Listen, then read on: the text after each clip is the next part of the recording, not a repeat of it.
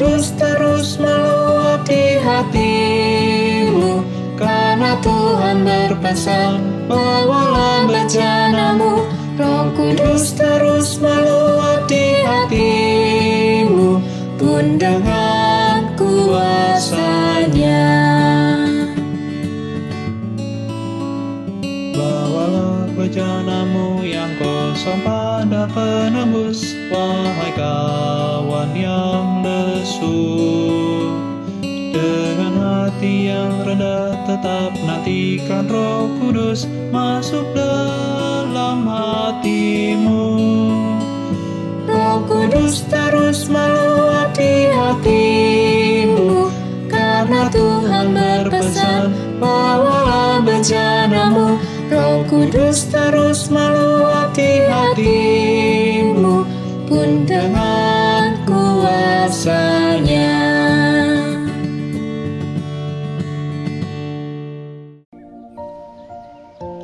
Mazmur 104 ayat 24 sampai 25. Betapa banyak perbuatanmu, ya Tuhan, sekaliannya Kau jadikan dengan kebijaksanaan. Bumi penuh dengan ciptaan-Mu. Lihatlah laut itu, besar dan luas wilayahnya. Di situ bergerak tidak terbilang banyaknya binatang-binatang yang kecil dan besar. Saudara-saudara, sebelum membaca dan merenungkan firman Tuhan, mari kita berdoa terlebih dahulu. Kalau pada saat ini, ya Tuhan, kami akan mendengarkan firman-Mu, kiranya Roh Kudus-Mu yang menyertai kami dalam pembacaan firman Tuhan dan juga dalam perenungannya. Biarlah Roh Kudus-Mu juga yang memberi kami kekuatan untuk kami menjadi para pelaku firman Tuhan di dalam kehidupan kami. Kami menyerahkan pemberitaan firman ini ke dalam tangan-Mu. Di dalam Kristus kami berdoa. Amin. Saudara-saudara, bacaan Alkitab kita diambil dari surat 2 Korintus, pasal yang ketiga, 2 Korintus pasal 3 ayat 1 sampai ayat 6.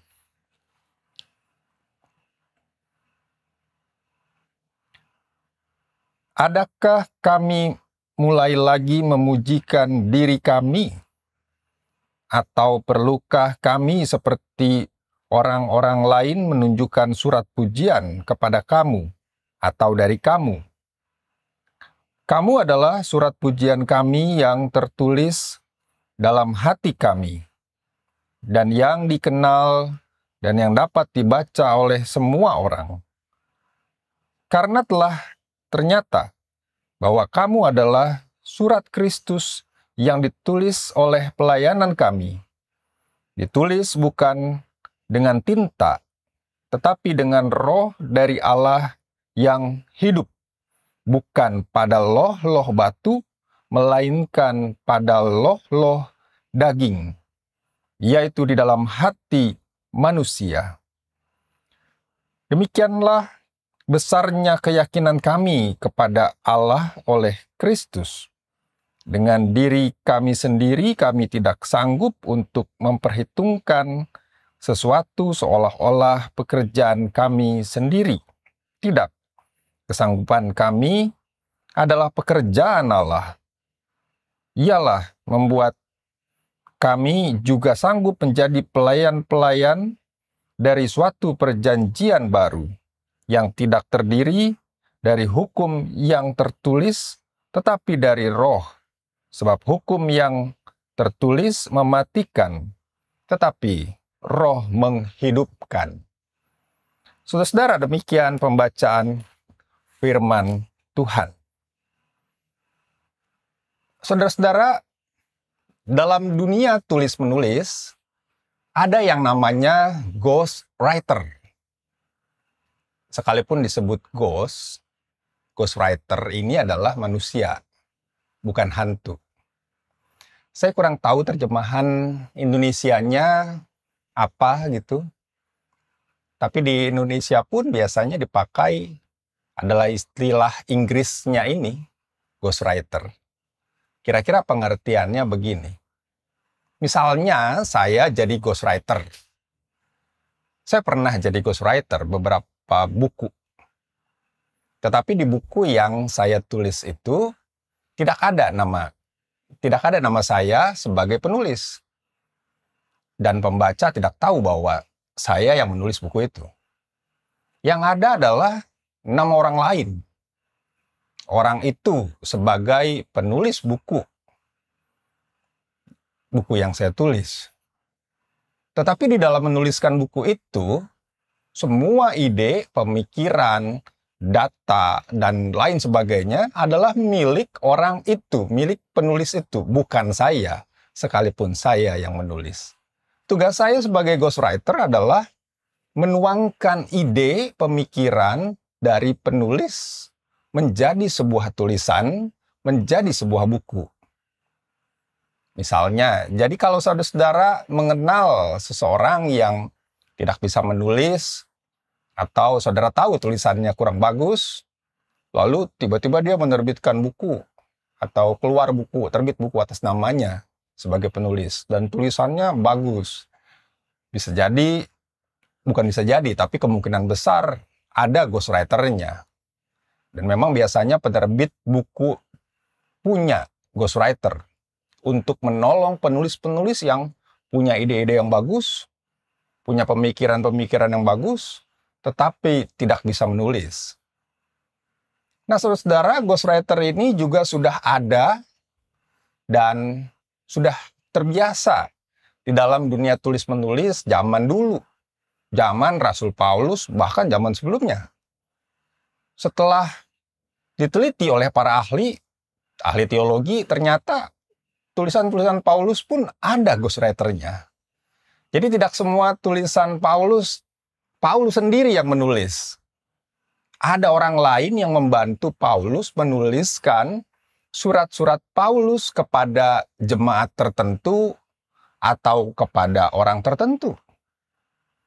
Iya, tentu saja di dalam hidup Paulus ada situasi-situasi di mana Paulus sedang tidak bisa menulis. Tetapi dia harus menuliskan hal-hal yang sangat penting. Jadi dia minta bantuan orang lain menuliskan idenya, pikiran-pikirannya, pesan yang mau disampaikan, pandangan teologisnya, dan sebagainya. Ya, misalnya surat Kolose, Efesus, 2 Tesalonika. Ya, tapi kalau surat 2 Korintus ini yang kita baca ini, Paulus sendiri yang menuliskan. Nah, di dalam 2 Korintus pasal 3 ayat 1-6, Paulus memakai ide tentang ghostwriter ini sebagai ilustrasi sederhana untuk menyampaikan pesan yang cukup berat kepada jemaat di Korintus. Di dalam ilustrasinya ini, Paulus menggambarkan pertama Allah sebagai penulis. Allah adalah penulisnya. Lalu Paulus adalah ghostwriter-nya. Dan jemaat Korintus dan kita pembaca adalah tulisannya. Nah, melalui ilustrasi ini Paulus sedang menjelaskan pekerjaan pekabaran Injil yang dilakukannya sebenarnya. Dia menggambarkan Injil yang bukan miliknya, melainkan milik Allah. Allah penulis utamanya. Allah yang punya perkataan, punya ide, pemilik pikiran-pikiran, gagasan-gagasan, dan sebagainya. Paulus hanyalah seorang ghostwriter yang menuangkan ide-ide itu menjadi sebuah tulisan. Nah, jemaat Korintus, jemaat lain hasil pekabaran Injil Paulus, dan kita tentunya adalah tulisan itu sendiri.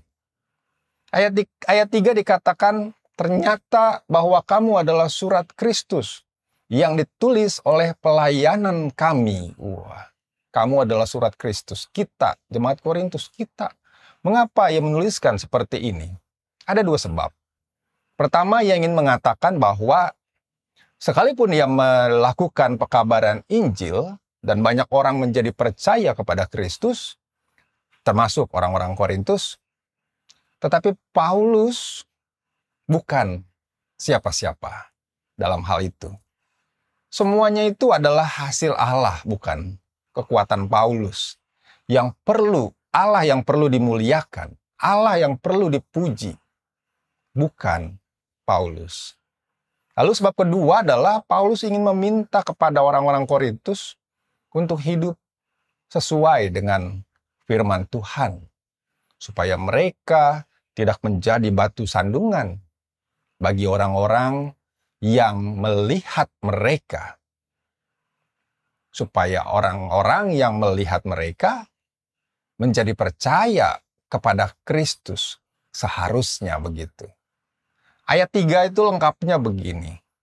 Karena telah ternyata bahwa kamu adalah surat Kristus yang ditulis oleh pelayanan kami, ditulis bukan dengan tinta, tetapi dengan roh dari Allah yang hidup, bukan pada loh-loh batu, melainkan pada loh-loh daging, yaitu di dalam hati manusia. Ya sebenarnya, saudara-saudara, pada zaman Paulus, ia menulis bukan pada loh batu, tetapi pada daun papirus. Lalu kenapa Paulus menuliskan di sini loh batu? Karena Dasatitah, 10 hukum Taurat yang sangat terkenal dan berpengaruh dalam kehidupan orang Israel, ditulis pada loh batu pada zaman Musa. Jadi loh batu ini mau menekankan bagaimana Allah menuliskan firman-Nya. Sekarang Allah menuliskan firman-Nya itu bukan pada benda mati, kata Paulus. Misalnya loh batu atau lempengan batu. Bukan juga pada kertas, pada daun, kulit binatang. Bukan pada media digital, handphone, komputer, buku. Melainkan pada loh daging, yaitu diri pribadi tiap orang. Pada hidup seseorang, pada hidup kita. Kita menjadi tulisan Allah yang hidup, dinamis, bukan tulisan mati, dan kita juga perlu menghidupkannya. Begitu kata Paulus. Oke lah, dari tulisan Paulus yang kita baca ini, kita tahu bahwa kita adalah surat Kristus yang terbuka. Lalu apa? Apa artinya buat hidup kita, atau apa yang mesti kita lakukan?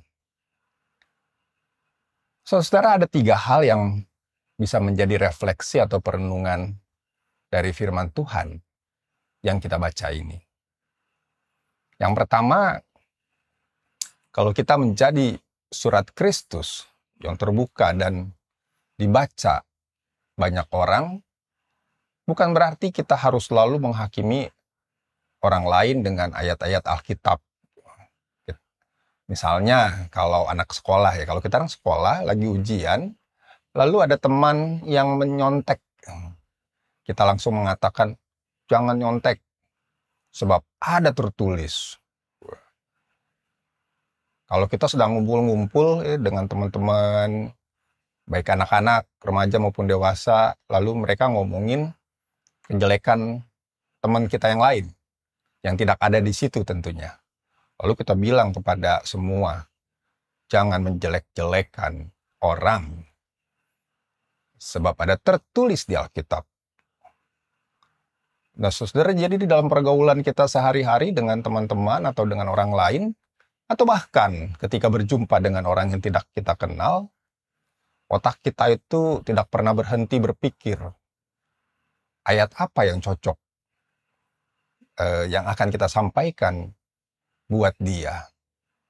Wah, kita kan adalah surat Kristus yang terbuka.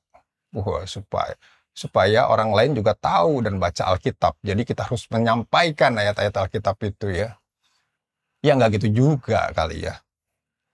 Sekalipun waktu dicobai di padang gurun, Tuhan Yesus selalu melawan pencobaan itu dengan mengatakan ada tertulis.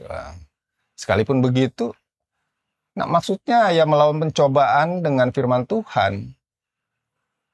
Tapi kita nggak gitu juga kali ya. Firman Tuhan, ayat-ayat Alkitab tidak kita pakai untuk menghakimi orang lain. Yang kedua, saudara-saudara, kalau kita menyadari bahwa kita adalah surat Kristus, maka kita perlu menjadi surat yang terbuka dan dibaca oleh banyak orang. Bukan surat yang tersimpan atau tersembunyi, baik di balik tembok maupun di belakang kemegahan dan kehebatan diri kita sendiri. Banyak orang Kristen yang membuat tembok-tembok yang memisahkan dirinya dengan dunia. Dunia seolah-olah kotor dan dia sendiri suci atau merasa suci. Dan supaya tetap suci dan bersih, maka ia perlu menjauhkan diri dari dunia. Padahal Yesus Kristus datang ke dunia yang kotor dan penuh dengan dosa ya. Karena sebagai surat Kristus, kita perlu membuka diri agar orang-orang di sekitar kita melihat Kristus di dalam diri kita.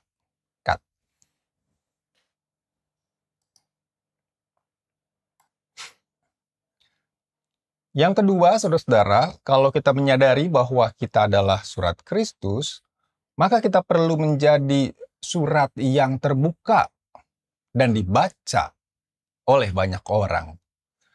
Bukan surat yang tersimpan atau tersembunyi, baik di balik tembok maupun di belakang kemegahan dan kehebatan diri kita sendiri. Banyak orang Kristen yang membuat tembok-tembok yang memisahkan dirinya dengan dunia. Dunia seolah-olah kotor dan dia sendiri suci. Atau mungkin lebih tepatnya merasa suci ya. Dan supaya tetap suci dan bersih, maka ia perlu menjauhkan diri dari dunia. Padahal Yesus Kristus datang ke dunia yang kotor dan penuh dengan dosa. Karenanya sebagai surat Kristus, kita perlu membuka diri agar orang-orang di sekitar kita melihat Kristus melalui kehadiran kita. Kita tidak perlu anti terhadap orang-orang yang berbeda agama, iman, dan keyakinan misalnya. Justru kita hidup bersama dengan mereka di bumi Indonesia yang penuh dengan keragaman. Kita perlu membuka diri, menunjukkan diri kita kepada mereka. Menunjukkan bahwa orang-orang Kristen itu bukan ancaman bagi mereka.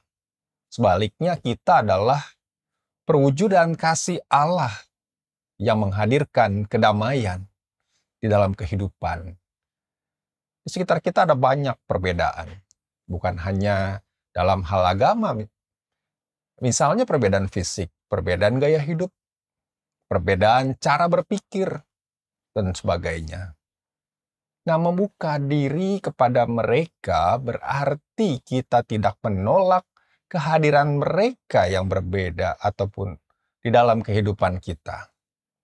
Membuka diri berarti menerima mereka sebagaimana mereka adanya, sekalipun mereka berbeda dengan kita, untuk bersama-sama membangun kehidupan yang lebih baik. Nah, yang ketiga, menjadi surat Kristus yang terbuka dan dibaca semua orang, itu berarti menghadirkan Kristus di dalam kehidupan orang-orang di sekitar kita melalui kehadiran diri kita. Karenanya kita perlu belajar dan melihat bagaimana Yesus hadir di dalam kehidupan orang-orang di sekitarnya.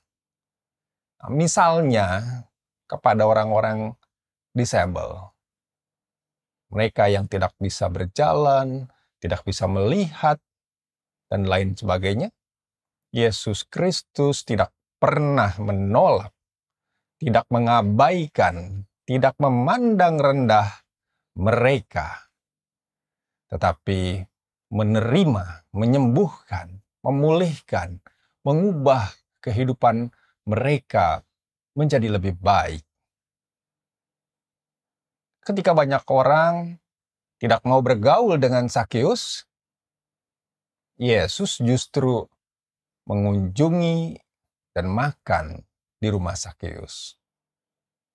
Ketika ribuan orang kelelahan dan kelaparan dan tidak ada satupun yang peduli pada situasi itu, Yesus menugaskan murid-muridnya untuk memberi mereka makan. Ya, dalam keegoisan manusia, makanan yang berhasil dikumpulkan pada saat itu untuk ribuan orang yang kelelahan dan belum makan itu hanya 5 roti dan 2 ikan. Itu pun didapat dari persembahan seorang anak kecil. Saya tidak mau bilang orang-orang yang butuh makan pada saat itu berjumlah 5.000 orang. Karena yang dihitung adalah laki-laki dewasa. Kalau anak-anak dan perempuan juga dihitung, mungkin bisa lebih dari 10.000 orang. Jadi ketika manusia begitu egoisnya, hanya memikirkan diri sendiri dan tidak mau berbagi, Yesus justru tergerak oleh belas kasihan dan memberi mereka makan. Ketika banyak orang bersedih karena sahabat dan keluarga mereka, Lazarus, meninggal, Yesus pun turut bersedih bersama mereka.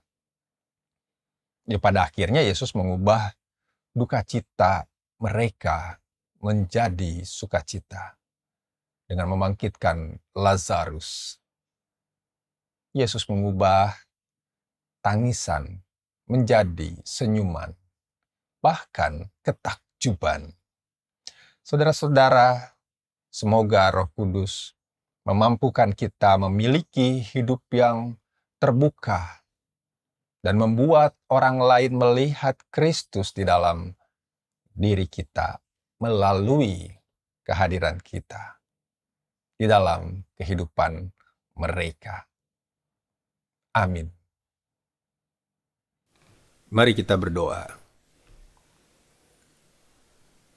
Bapa di dalam sorga, pada saat ini kami ingin menaikkan syafaat kami. Kami berdoa untuk perdamaian dan keamanan dunia ketika pada saat ini terjadi peperangan antara Rusia dan Ukraina. Tuhan yang menolong setiap orang yang terluka, setiap korban, dan setiap orang yang meninggalkan rumah mereka untuk mengungsi. Biarlah kiranya peperangan ini boleh segera berakhir dan tercipta perdamaian. Kami berdoa untuk kehidupan masyarakat Indonesia, ya Tuhan, yang pada saat ini menderita karena kemiskinan, karena sakit penyakit, kesulitan ekonomi mendapatkan pekerjaan, terlebih di tengah masa-masa pandemi. Tuhan yang menolong setiap orang untuk boleh tetap menjalani kehidupan dengan baik. Kami mendoakan mereka yang kehilangan pekerjaan dan yang sedang mencari pekerjaan. Kiranya Tuhan yang memberikan kepada mereka pekerjaan yang baik untuk mereka mencari nafkah, memenuhi kebutuhan hidup mereka. Kami juga mendoakan pergumulan warga jemaat GKI Surya Utama. Dalam pergumulan persoalan kehidupan mereka masing-masing, Tuhan yang senantiasa menyertai mereka. Di dalam Kristus kami berdoa. Amin. Ya Tuhanku, oh Tuhan. ku berikan padamu, ya hidup penuh dan hatiku senang, ya hapuskan semua dosaku, jadikan banyak Tuhan, ku milikmu tetap. Makin serupa Yesus Tuhanku, inilah sungguh kerinduanku. Makin bersabar, lembut dan merendah, makin setia dan rajin bekerja. Ya Tuhanku, oh Tuhan, ku berikan padamu, ya hidup penuh dan hatiku senang, ya hapuskan semua dosaku, jadikan banyak Tuhan, ku milikmu tetap. Makin serupa Yesus Tuhanku,